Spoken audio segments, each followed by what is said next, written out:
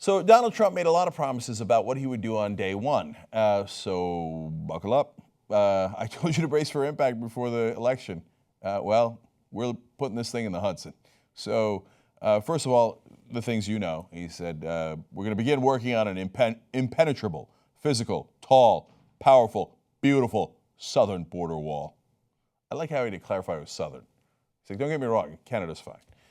Okay. Now, these are all the promises that he made during the campaign. So, of course, he's going to try to build that wall. It might be his undoing in the end anyway. But, okay, so then nobody's surprised by that. And then he had a bunch of nonsense promises that I'm amused by. We're going to fix the Department of Veteran Affairs. What does that mean? Fix it how? No clarity. We're going to defend the unborn. How? He said on day one. On day one. Where's the unborn? I'm defending them. Okay, I don't know how he's going to do that. We're going to start taking care of our military. Hey, military, come here. I'm going to take care of you. Okay, day one. We're going to end the war on coal.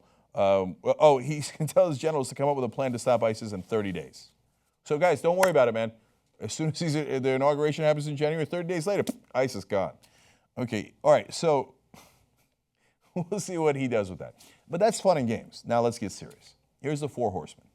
And so, yeah, you've got the actual characters at play here. Newt Gingrich, he says, is going to be Secretary of State. This is a leak coming out of the Trump campaign.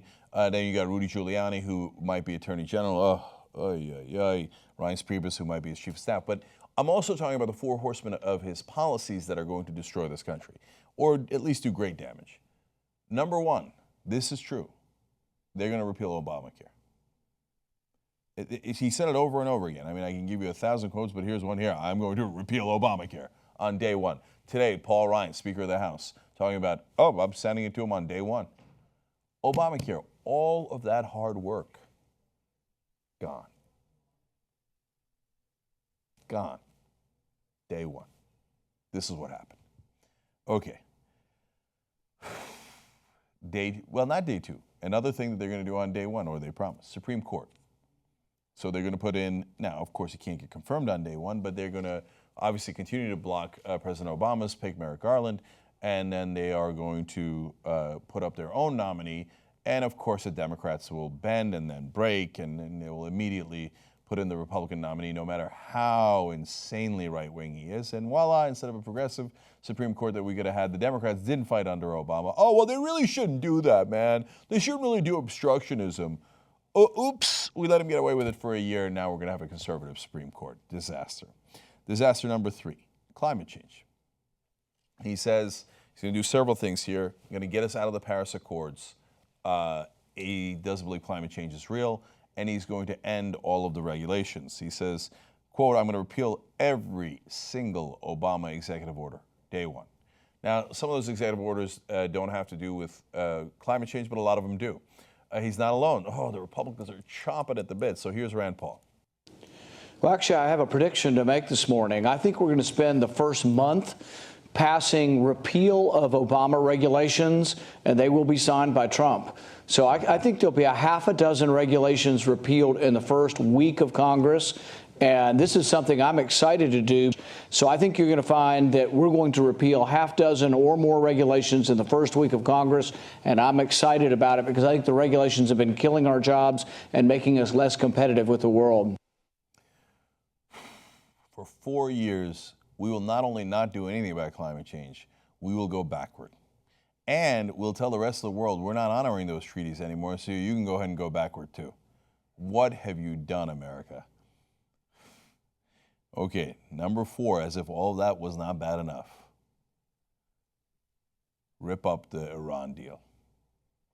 Now, here's a guy who said he wasn't going to get us into wars, but that Iran deal prevented a war with Iran, and it got rid of their any kind of nuclear energy, not nuclear weapons, nuclear energy program.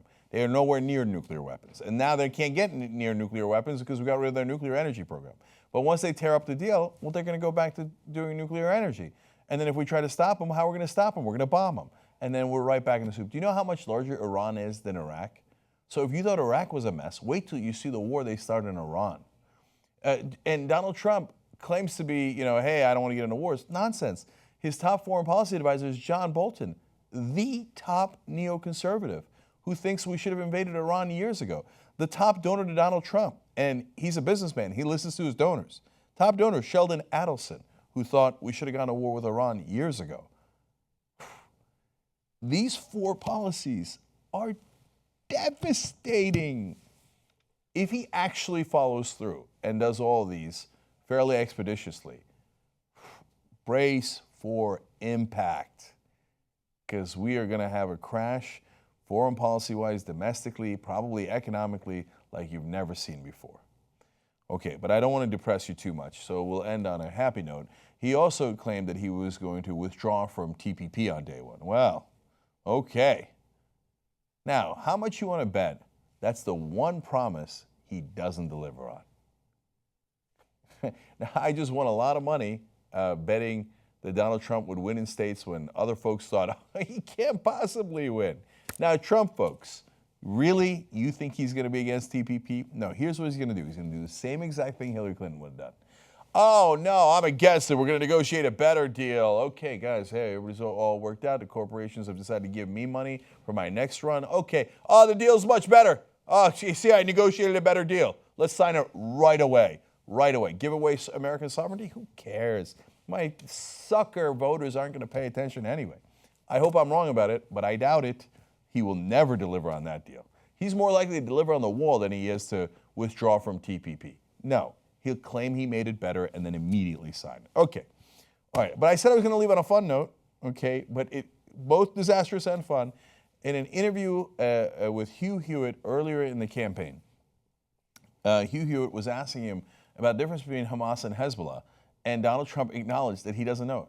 Not that he doesn't know their leaders, which he also said, right, their names, etc. But now, if you don't know the difference between Hamas and Hezbollah, I get it, man. If you got a busy life, and that's not your job. But if you're running for president, you don't know which of the groups is Palestinian, which one is Lebanese, or is in Lebanon, which one is connected to Iran, which one is Sunni, which one is Shiite, which one won an election, which one didn't. I mean, super, super important. He's the one who claims, I'm going to be number one on Israel. I'm going to be tremendous on Israel. You don't even know who Hamas and Hezbollah are. They're right there, right next to Israel. It is super, super relevant. I'm going to be tremendous, okay? So here's the end of that exchange. Hugh Hewitt asked him, last question, so the difference between Hezbollah and Hamas does not matter to you yet, but it will? Trump, it will when it's appropriate. I will know more about it than you know, and believe me, it won't take me long. So on day one, he's finally going to figure out the difference between Hamas and Hezbollah. That's the next president of the United States of America. Congratulations, America.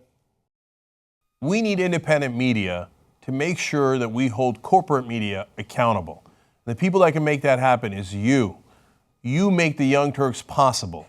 tytnetwork.com/join. Join us. Be the revolution.